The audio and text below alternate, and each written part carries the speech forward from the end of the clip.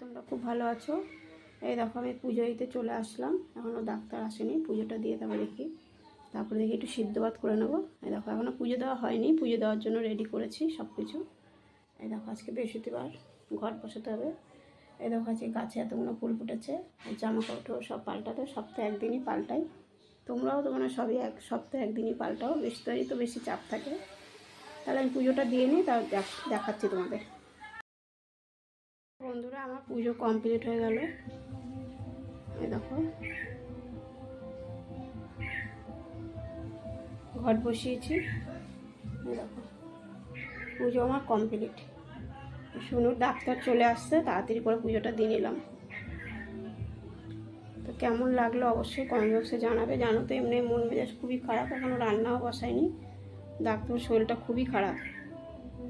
তো আমার পুজোটা কেমন লাগলো অবশ্যই বন্ধুরা কমেন্ট বক্সে জানাবে।